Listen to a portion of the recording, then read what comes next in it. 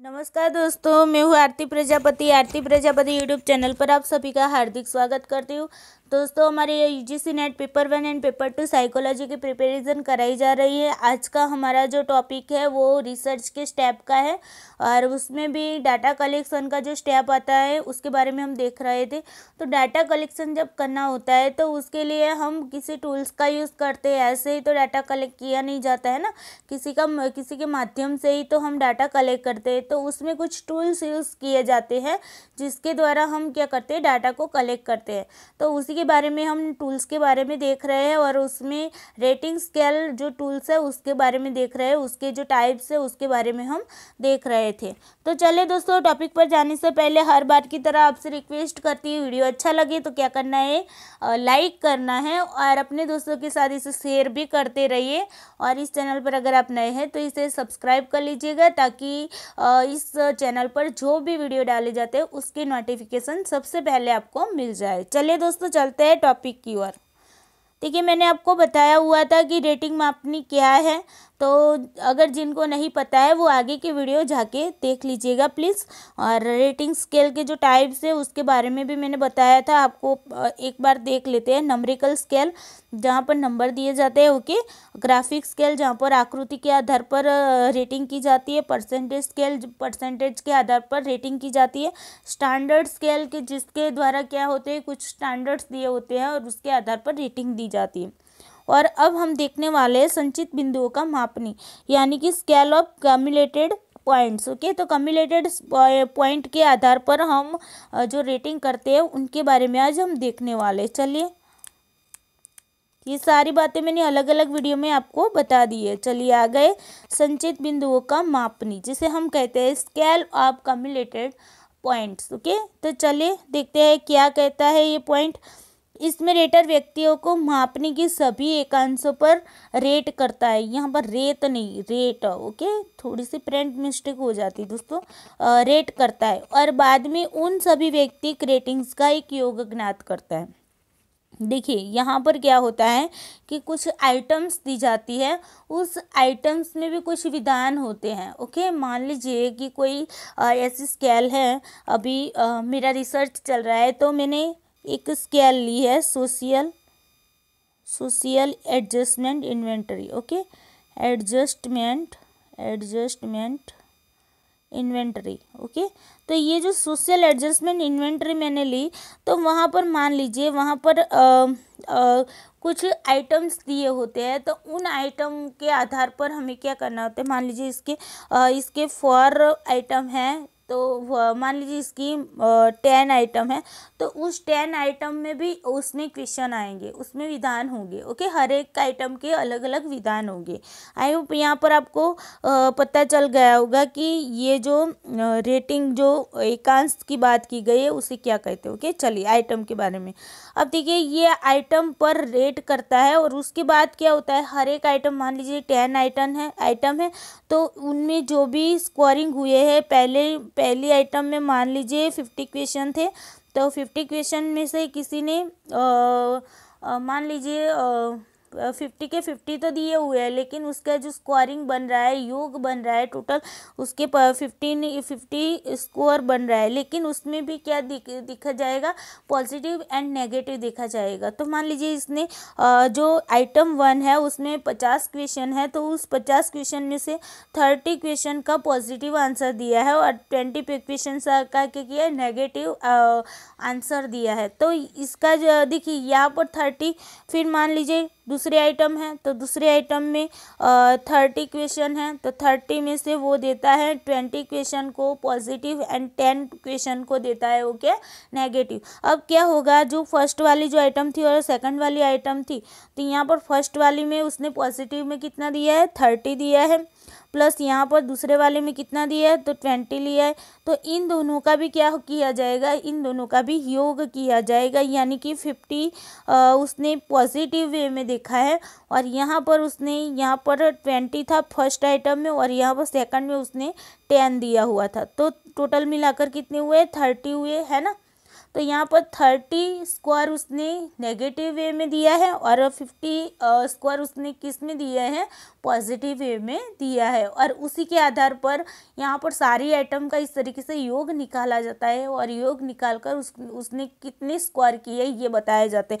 मान लीजिए 2 आइटम थी तो 2 आइटम में उसने इतने पॉजिटिव वे में स्कोर किया है और यहाँ पर उसने 30 नेगेटिव वे में स्कोर किया है, तो ये उसके स्कोर हो गए। जो उसके जो भी उसके आंसर दिए हुए थे उसका योग करके ये निकाला गया कि इतने स्कोर इसने किए हैं। ओके, तो आई होप आपको आइटम के बारे में भी समझ में आ गया होगा और ये जो संचित बिंदु मापनी है उसके बारे में भी थोड़ा सा तो आपको अंदाजा आ गया होगा। चलिए आगे देखते हैं। अभी बाद में उन सभी व्यक्तिगत रेटिंग्स का एक योग ज्ञात करता है। मैंने आपको बता दिया जो 50 उसका स्कोर मिला वो क्या हुआ, उसके योग उसका जो सम निकल रहा था उस सम का स्कोर उसे मिला। ओके, यह योग ही प्रत्येक व्यक्ति मापनी का कुल प्राप्तांक होगा, यानी कि उसका टोटल स्कोर होगा। तो देखिए यहाँ पर पॉजिटिव और नेगेटिव में वे में मैंने अभी आपको जो एग्जाम्पल दिया उसमें पॉजिटिव कितना मिला, हमें 50 मिला और नेगेटिव कितना मिला, 30 मिला। तो यही उसका टोटल स्कोर होगा। ओके, जिसका विश्लेषण कर प्रेक्षक या रेटर एक निश्चित निष्कर्ष पर पहुंचता है। यानी कि मान लीजिए ये हमारी जो स्केल थी वो मान लीजिए मैंने आपको बताया सामाजिक संशोधनिका थी। ओके, चलिए तो सामाजिक संशोधनिका थी। अगर किसी व्यक्ति ने इसमें 50 स्कोर पॉजिटिव किए हैं और 30 स्कोर कैसे किए, उसने नेगेटिव वे में किया।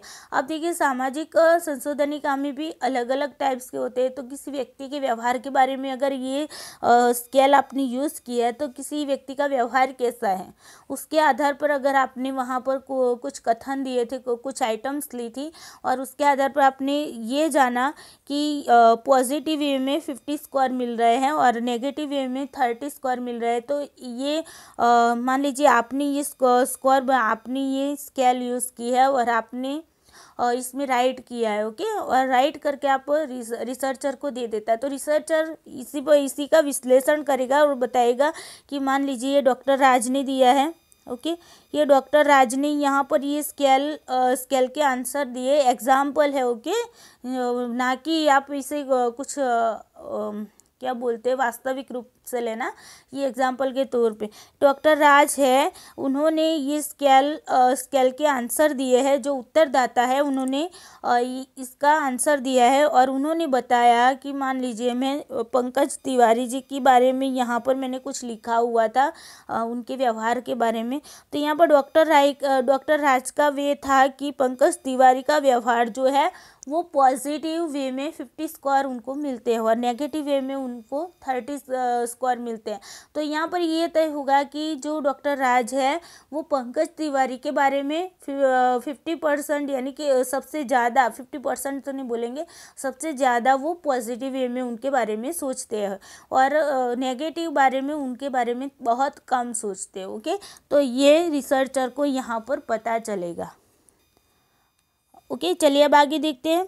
तो इस रेटिंग मापने के भी 2 प्रकार हैं, एक है जांच सूची विधि और दूसरी है अनुमान कोण। ओके, तो देखिए यहाँ पर जो उसकी 2 प्रकार है उसमें जांच सूची विधि है जिसे हम चेकलिस्ट मेथड कहते हैं। क्या कहते हैं? चेकलिस्ट। यहाँ पर लिख देती हूँ मैं, इसे कहते हैं चेकलिस्ट। आपने ये नाम सुना होगा। ओके, चेकलिस्ट मेथड, ये है चेकलिस्ट मेथड जिसे हम जांच सूची विधि कहते हैं। ओके, और दूसरी जो विधि है उसे हम कहते हैं अनुमान कोण विधि। अनुमान कोण जिसे हम अगर इंग्लिश में बोला जाए guess who technique. Okay, guess who technique, guess who technique. Okay, तो देखिए ये गेस हु टेक्निक है और ये वाली है चेकलिस्ट मेथड। तो आपको इन दोनों के बारे में पता होना चाहिए। चलिए इसके बारे में भी देख लेते हैं, हर एक के दोनों के बारे में। ओके, चलिए आ गए जांच सूची विधि जिसे हम क्या कहते हैं, तो जिसे हम कहते हैं चेकलिस्ट मेथड। ओके, तो चलिए चेकलिस्ट मेथड क्या बता रही है। देखिए ये किसके पार्ट है ये भी आपको याद रखने हैं। तो कम्युलेटेड पॉइंट्स जो स्केल है उसका ये पार्ट है। ओके, तो यहाँ पर क्या होता है चेकलिस्ट में, इस विधि में रेटर को कुछ वाक्यों या विशेषणों की एक सूची प्रदान की जाती है जो उद्दीपक के रूप में कार्य करते हैं। रेटर को उन विश्लेषणों या वाक्यों के आधार पर व्यक्तियों का रेटिंग करना होता है। मान लीजिए यहाँ पर एक एग्जाम्पल दे देती हूँ कि चलिए मेरे स्कूल में बच्चे हैं, ओके, और उसका चेकलिस्ट मुझे बनाना है। तो मैं क्या करूँगी, तो मान लीजिए मैंने किसी बच्चे का नाम लिख दिया, मैंने यहाँ पर लिख दिया अक्षय, ओके, यहाँ पर मैं लिख देती हूँ राहुल, यहाँ पर मैं लिख देती हूँ हैप्पी, यहाँ पर मैं लिख देती हूँ छाया, ओके। ये स्टूडेंट्स के मैंने नाम लिख दिए, ओके। अब देखिए मुझे चेकलिस्ट विधि से उनकी जो इंफॉर्मेशन है वो निकालनी है। तो मैं क्या करूँगी, यहाँ पर कुछ विशेषण या वाक्य लिख दूँगी, ओके। तो देखिए मैं यहाँ पर लिख देती हूँ कि उनके नाखून कैसे होते हैं, उनकी स्कूल में हाजिरी कैसी होती है, ओके। तो हाजिरी का मतलब प्रेजेंटेशन कैसी होती है, ओके। तो अब देखिए यहाँ पर मैंने ये सूची बना ली, ओके। तो इस तरीके से सूची बनाकर मैं अक्षय की देखूंगी तो अक्षय की देखूंगी कि उनका नाखून कैसे हैं। तो अगर अच्छे हैं तो मैं यहाँ पर रेटिंग दे दूँगी। यहाँ पर भी कुछ आपको रेटिंग्स दिए होंगे, 1 नंबर, 2 नंबर, 3 नंबर, इसी तरीके से यहाँ पर 1 2 3, ओके, यहाँ पर 1 2 3। मान लीजिए ये एग्जाम्पल के थ्रू पर आप जितने भी रेटिंग देना चाहो दे सकते हैं, 1 2 3, ओके। चले, अब मुझे लगता है कि अक्षय हर रोज़ अपने नाखून को अच्छे से काटता है। हर रोज़ तो नहीं काटा जाता है, लेकिन वीक में एक बार वो अपने नाखून को काटता है और अपने नाखून को स्वच्छ रखता है, ओके, साफ रखता है। तो मैं उसके आधार पर उसे 3 मार्क्स दे दूँगी, ओके। फिर मान लीजिए कि राहुल ऐसा लड़का है, बहुत ही आलसी लड़का है, और वो क्या है कि ऐसा बोला जाए कि जब बाढ़ आए ना तब लोग दौड़ने लगते हैं, बस यही सिचुएशन इसके साथ होती है। तो वो तब तक नाखून नहीं काटता जब तक टीचर्स उसके नाखून नहीं देखते, ओके। तो वो आलसी लड़का है, तो उसको मैं दे दूँगी 1 पॉइंट, ओके। इसी तरीके से हैप्पी है, बहुत ही एक्टिव है और अपने नाखून को अच्छे से साफ रखती है, तो उसे मैं दे दूँगी 3 पॉइंट। अब मान लीजिए छाया है, वो मीडियम है, कभी कभी अच्छे से अपने नाखून को साफ कर लेती है। अपने दोस्त कहते हैं कि छाया अपने नाखून अच्छे रखने चाहिए, और छाया जाकर नाखून काट लेती है और वो नॉर्मली तरीके से उसके नाखून अच्छे होते हैं, तो मैं उसे दे दूँगी 2 पॉइंट, ओके। इसी तरीके से हाजिरी की प्रेजेंटेशन की बात होती है, तो अक्षय डेली आता है, तो मैं उसे 3 पॉइंट दे देती हूँ। राहुल कभी आता है कभी नहीं आता है, मम्मी पापा के साथ खेत में चला जाता है काम करने, तो मैं उसे दे दूँगी 1 पॉइंट, ओके। हैप्पी है, वो रेगुलर है, और छाया है वो कभी कभी आती है कभी कभी नहीं आती है, ओके। तो ये मीडियम रेंज पर चल रही। तो इसी तरीके से मैं क्या करूँगी, इस तरीके से चेकलिस्ट बनाऊँगी और उनका रेटिंग करूँगी।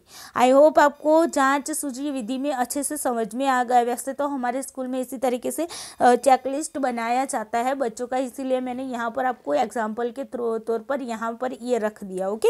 चलिए, और इसके आधार पर मैं क्या करूँगी, उसका रेटिंग करूँगी कि चलिए अक्षय को कितने स्कोर मिले हैं, राहुल को कितने मिले हैं, यहाँ पर राहुल को कितने मिले, हैप्पी को कितने मिले, छाया को कितने मिले, और उसके आधार पर मैं कुछ निष्कर्ष निकालूंगी कि चलिए भाई अक्षय और हैप्पी हैं वो बहुत ही अच्छे हैं, ओके। तो उसका जो स्कोर बन रहा है वो बहुत अच्छा बन रहा है, राहुल का बहुत कम बन रहा है, छाया का मिडल बन रहा है, ओके।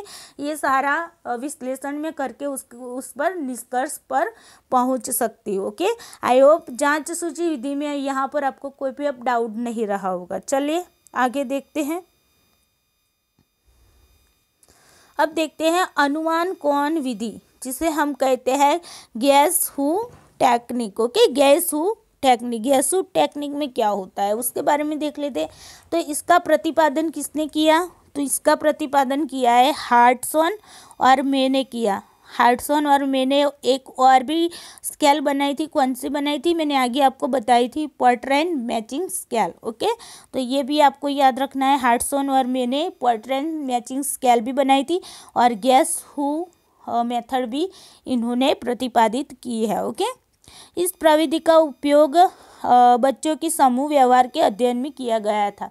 देखिए इसका जो ये जो मेथड थी उसका यूज़ कहाँ पर हुआ था, तो जो बच्चे होते हैं ना वो समूह में किस तरीके से व्यवहार करते हैं उसका अध्ययन करने के लिए इस मेथड का यूज़ किया गया था। कौन सी मेथड? अनुमान कौन विधि या तो फिर गैस हू विधि या तो मेथड। ओके चलिए, इस प्रविधि में एक या दो वाक्यों के रूप में मानव व्यवहार से संबंधित कथन तैयार किए गए होते हैं। यहाँ पर क्या होता है, तो एक या दो वाक्यों के रूप में मानव के व्यवहारों के संबंधित कुछ कथन दिए गए होते हैं। रेटर उन कथनों में से दूसरे व्यक्ति जिनके व्यवहार उपयुक्त आते हैं उनके नाम को उस कथन के सामने लिख देता है। प्रत्येक अनुकूलन कथन के लिए एक एक प्राप्तांक दिए जाते और सभी ऐसे प्राप्तांकों को जोड़कर कुल प्राप्तांक प्राप्त किया जाता है। देखिए यहाँ पर क्या होता है दोस्तों, तो यहाँ पर देखिए यहाँ पर यह होता है कि ओके चलिए, सॉरी थोड़ा सा ध्यान भटक गया था। यहाँ पर यह होता है कि मानव व्यवहारों के संबंधित यहाँ पर कुछ कथन दिए जाते हैं। ओके, और रेटर जो होते हैं उस कथनों में कैसे, तो दूसरे व्यक्ति मान लीजिए यहाँ पर मैंने यहाँ पर पेज रखा है या नहीं, ओके चलिए दे रखा है। ओके यहाँ पर एग्जाम्पल के तौर से हम देख लेते हैं कि मैं यहाँ पर कुछ कथन लिख देती हूँ, 1 2 3 4। ओके, तो ऐसे कथन में लिख देती हूँ कि वह आलसी है। ओके, वह आलसी है, एक मैंने वाक्य लिख दिया। वह मेहनतू है। ओके, यहाँ पर मैं लिख देती हूँ वह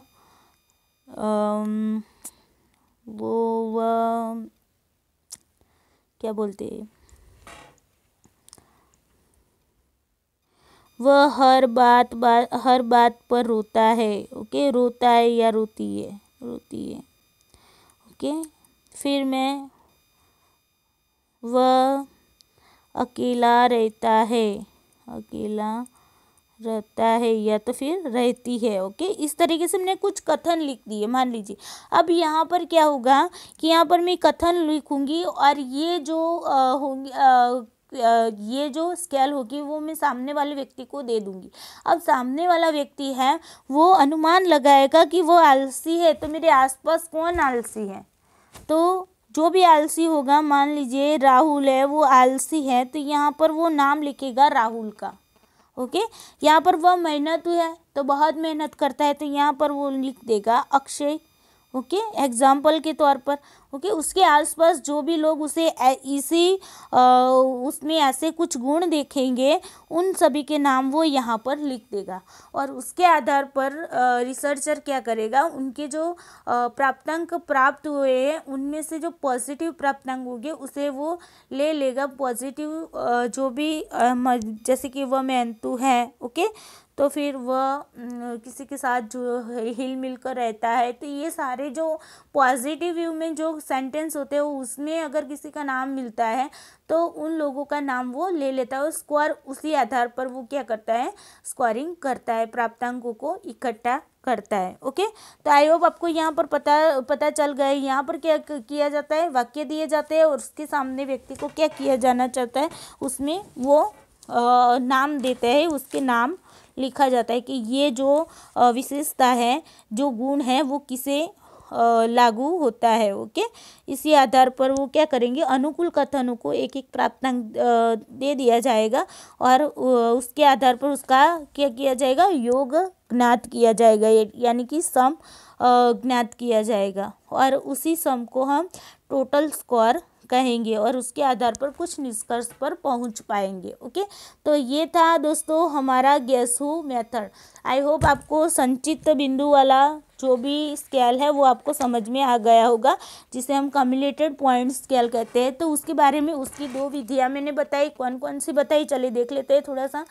तो यहाँ पर मैंने आपको बताया जांच सूची विधि, जिसमें क्या होता है चेकलिस्ट मेथड जिसे कहते हैं। ओके, तो वहाँ पर रेटेड क्या करता है, तो कुछ वाक्य विशेषणों की एक सूची बनाई जाती है और वो जो सूची होती है उनके आधार पर उनको रेटिंग की जाती है। ओके, चलिए उसके बाद गैसू कौन विधि में क्या होगा, तो गैसू विधि में ये होगा कि जो रेटर होगा वो कुछ वाक्य बना देगा और उस वाक्य के सामने वाला जो उत्तरदाता है उसे नाम लिखना होगा कि ये वाक्य किसको लागू होता है या किसी को लागू नहीं हो सकता है। ओके, इसके बारे में वो यहाँ पर नाम लिखेगा और उसके आधार पर उसके जो प्राप्तांक होंगे उस प्राप्तांकों को देखे जाएंगे, रेटिंग किया जाएगी, उसका सम निकाला जाएगा, सम निकाल कर उसका जो सम निकलेगा वही उसका टोटल स्कोर बनेगा। आई होप आपको अच्छे से समझ में आ गई होगी कम्युलेटेड पॉइंट स्केल के बारे में।